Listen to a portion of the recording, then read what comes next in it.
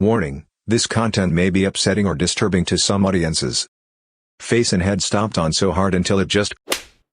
Former convicts of Reddit, what did happen to pedophiles in prison? I was in jail last year for drug charges. They put a convicted groper into our unit because the regular sexual charge unit was full or something. Anyways, I paid someone 2 soups to grope him. We were all watching TV when I hear my nig call my name behind me. He was standing right behind the groper, and reached around him and squeezed the hell out of his fat tits. This dude jumped out of his seat and everyone laughed. Best soups I ever spent. Spent 10 months in the Texas prison system for manslaughter. My first offense, and it was an accident, which is why it was a short sentence. They were typically berated and yelled at pretty badly. Most of them that stuck around the Gen Pop dorms were honest and just perverts. She was 16, he was 22. That kind of stuff. We had one guy, raped both his daughters from 4 on up. Finally his then 14-year-old hid her cell phone and recorded it happening to her younger sister. Spoiler, this is graphic.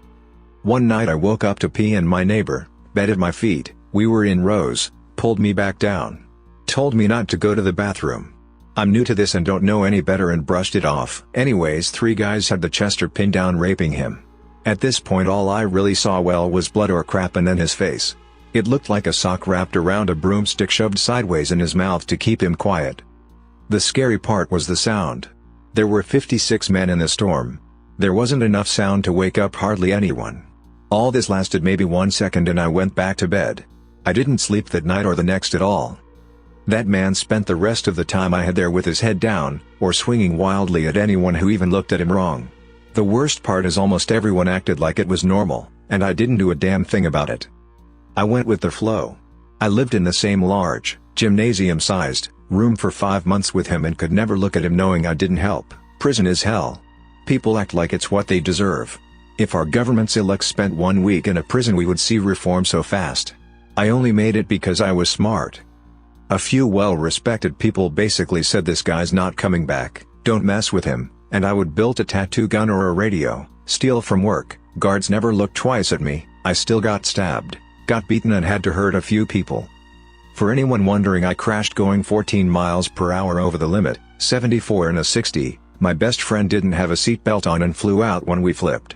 I doubt I'll ever be normal and can hardly live with myself some days. I admitted to the EMT to drinking 4 hours prior to the crash. I thought my legs were broken and wanted to be honest before I got pumped full of meds. Even though I knew I was okay to drive and the blood work came back negative, a cop had me saying it on video and I got charged with manslaughter. Apparently screaming sorry at the top of my lungs at my dead friend's body, looked bad too, according to my lawyer, and made me look guilty. I signed a plea. Ex of mine went to prison in Brazil. Said an offender came in after he was processed. Both the inmates and the guards dressed him in a dress, wig, put lipstick on him, put out cigarettes on him, and beat the crap out of him. Didn't know if he made it or not. Most Chesters I encountered in jails and prisons were older, white guys. There were a few there for sexual relations with girls who were 15 when they were 18, and they are generally left alone as it is a situation many people might find themselves in as an 18-year-old kid. Older dudes do not get that leeway though. They are beaten, extorted, robbed, raped themselves, or killed by the alpha inmates. They really didn't like to kill the guys at the camp I was on as they are, like I said, older white guys. They typically have money on their books and go to commissary every week. They are an endless source of hygiene products and snacks. I've seen a line of inmates outside of a Chester's cell door with a list of items they each want him to order. For his sake, he better hope he's got the money on his books to satisfy all their wants. If he doesn't, it never ended well for him. At a county jail I was in Northern Virginia 1997, they would bring food carts up to each block with the appropriate number of trays and drinks for each inmate to receive one meal. It wasn't exclusive to Chester's, but if you saw a guy grab 2 trays back to back through the food slot, you knew someone either A, wasn't going to eat because of their crime, or B, they were put on a diet because whoever grabbed 2 trays thought that person was trash.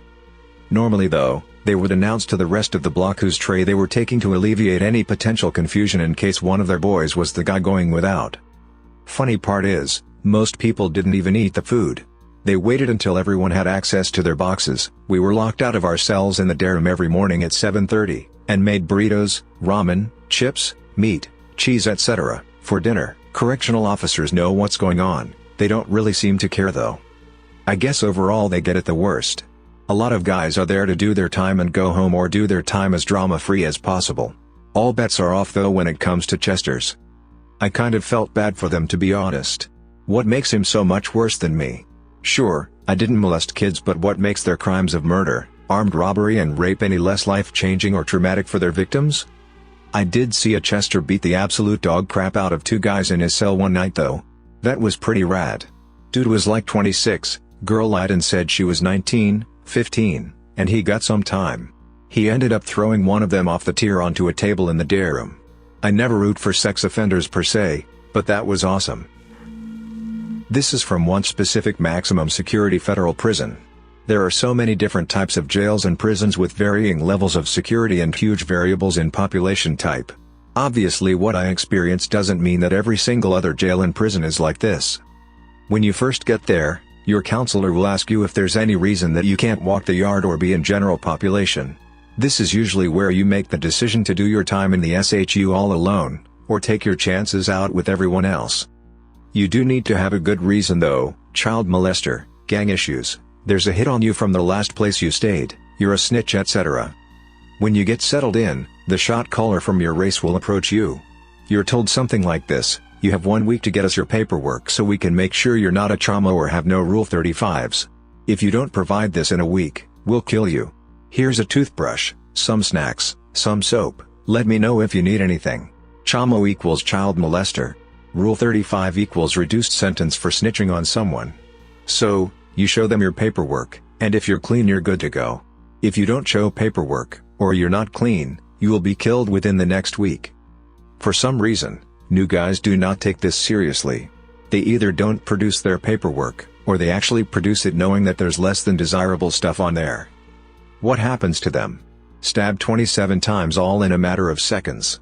Face and head stomped on so hard until it just cracks open and gunk leaks out. Mouth and jaw shattered with a pool stick or pool ball. 2 guys killed in about 60 seconds by a tiny Mexican holding just a bocce ball. Native Americans pretend like it's all good. 10 of them go into the sweat lodge for religious reasons, only 9 come out. 10th guy had a clean gash in his head from a shovel. Cellmate hung the guy with a bedsheet to make it look like suicide. Why do these guys take chances with trying to be in general population? Because the SHU sucks. You're by yourself, no TV, 3 showers a week, no access to things like the prison barber, limited access to phones, video visitations, constant video monitoring to prevent suicide. And every 18 months they ship you to a new prison. If you're looking at 40 years for child rape, that can be a long time to live in those conditions. Sometimes guys will stay in general population knowing that they will get killed, simply because they don't want to be there but can't commit suicide in the SHU. I work in a medium security state prison, and the short answer is nothing. Most COs are not allowed access to inmate records, and the ones who are don't usually spread it for fear of doing the paperwork involved with a stabbing. In our facility, inmates who act properly get a room to themselves, and this is by far the biggest deterrent to any misbehaving. Also, the saying here is, in prison you can be whoever you want. Many openly lie for fear of retaliation. In the rare case where the info gets out, they will be shunned by groups they don't really affiliate with anyhow. They most often find a level of acceptance with the many religious groups inside. Also in my facility, rape is almost unheard of. The sex there is almost entirely consensual, to the point of evenly distributing the punks amongst the blocks. I did 6 months in current Fromhold Correctional Facility, didn't even make it to Gen Pop before 2 huge guys from the same street found out that some Asian dude was in for touching his niece. This guy, my god, they approached him at lunch and snatched away his tray first. The bigger of the 2 slapped him so hard, it almost hurt me while screaming, "So you like to hurt little girls?" Followed up by the man who took the tray hitting this little Asian guy with a straight-up sucker punch that laid him out flat. After that, I'm pretty sure every inmate on C block stopped his head. COs had pepper spray flying everywhere, and when all was said and done, the pedo was taken to the hospital and the rest of us didn't get dinner because we were locked down for 24 hours. That was only quarantine. The whole thing could have been avoided if there wasn't a giant whiteboard with everyone's name, inmate number, and charges written all over it. I've been in a few times and it's never good. I've seen guys beat near to death, choke out the shampoo bottles shoved in their butts. I have seen them kept on the block for days to be starved and extorted, and I also work in the kitchen where when the tray is for protective custody. We and the guards are made to spit on them, threw the stuff on the floor, pretty much anything you can imagine. A few places weren't as harsh because it was short-timers who weren't gonna risk too much, but the higher the security the worse they get it, but nowadays they pretty much get their own prison so they aren't assaulted and killed. Thanks for listening to Radio TTS. Subscribe and like if you enjoy disturbing and dark videos. We do also have some happy dandy duty content.